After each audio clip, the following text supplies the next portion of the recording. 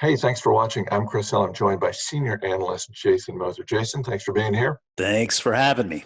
We're going to be talking about augmented reality, a fascinating industry. Jason's got a couple of stocks if you're looking to put them on your watch list. And if you're looking for even more stock ideas, you can go to fool.com/2020. Motley Fool CEO Tom Gardner has got his top picks for the year. Check that out when you get a chance. Jason, when we think about the augmented reality industry, who are some of the bigger players? Yeah, I think right now, as this space continues to gain traction, the big players really they're kind of the usual suspects in companies like Apple and Microsoft and Facebook and Alphabet. They're the companies that have made a lot of investments in the AR space, immersive technology, virtual reality, things like that. They've made a lot of investments up front, and so they have a lot of the software and even some of the hardware that is really helping drive this market forward today. Obviously, it is a tough environment for stocks across all industries. But when you think long term, is augmented reality, immersive technology, are they sort of better set up for the next 5 to 10 years than maybe some of the other industries out there? Yeah, absolutely. I think so. I think that it's a novel technology right now that is starting. Like I said, it's gaining a lot of traction. They're finding new applications for it all the time, which I think is what's really exciting. So certainly the enthusiasm for immersive technology is gaining traction. We're seeing companies now use it in more ways. From things like we're doing here with virtual meetings to even retail experiences. Companies like Ulta and Wayfair, even the Home Depot, are using it in ways to help buyers make better decisions on the spot, which is really neat. I've used it personally, and it seems like it works pretty well. Um, I think also exciting in the space, it's less consumer facing, but we're seeing a lot of really interesting use cases for augmented reality on the industrial side.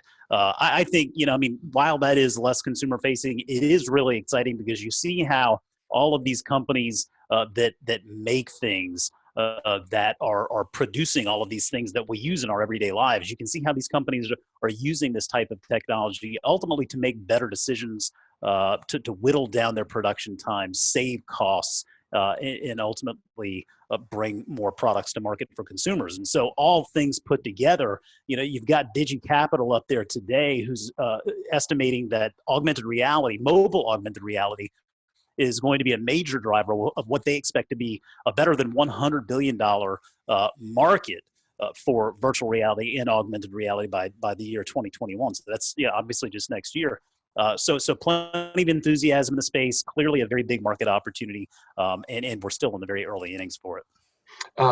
Before we get to the stocks, are there any metrics that investors should be looking at when they're doing research?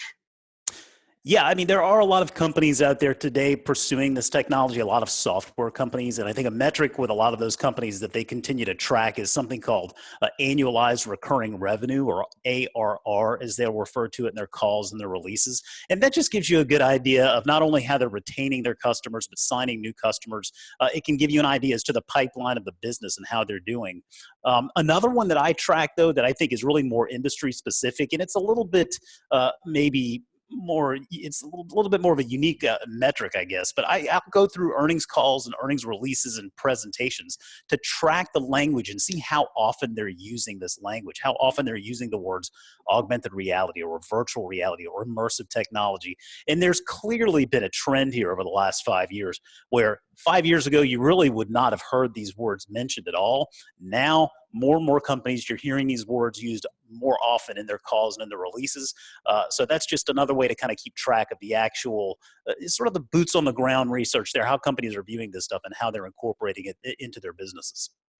Yeah, it's a lot easier to do something like that now that you just use the Control F feature to just scan the document looking for that rather than having to read through every page. A very good tip. I use that one all the time.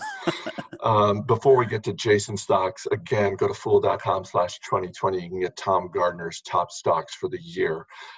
Jason, for anyone who's looking to maybe add a stock or two from the augmented reality universe to their watch list, what do you got?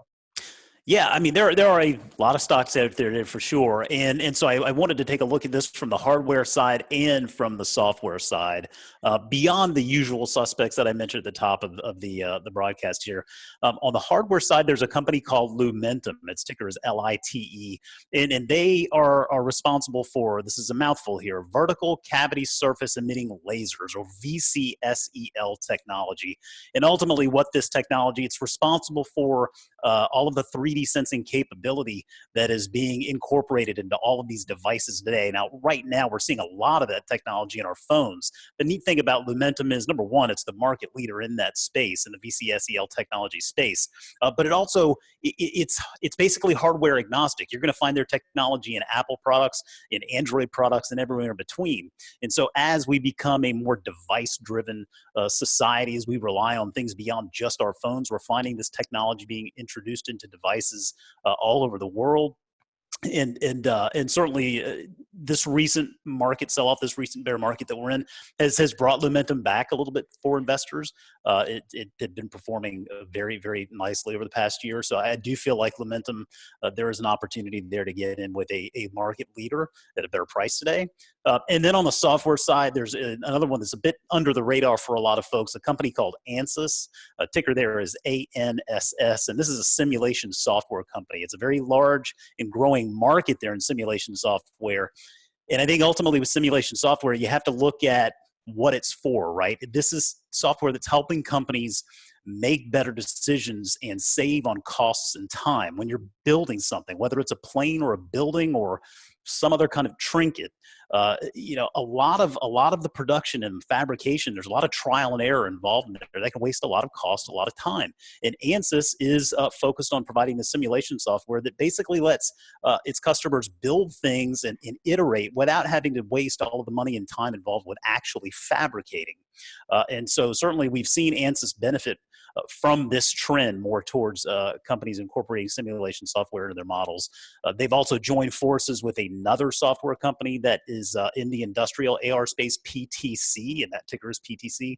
Another interesting company with a nice diversified revenue stream there. But I think when it comes to Ansys, another thing I really like about this business is their presence in the academic world. They supply about 2,400 academic institutions in more than 79 countries with about 600,000 licenses. So students out there, engineers, they're using this Ansys product as they're being educated, as they're going through school, which means when they step out into the workforce has a lot of interest in making sure that these engineers can jump right in and get to work. And so they're using Ansys software products as well. So it really is, it just has a tremendous presence globally from academia all the way into the industrial world here. And I think there are plenty of great days ahead for Ansys as well.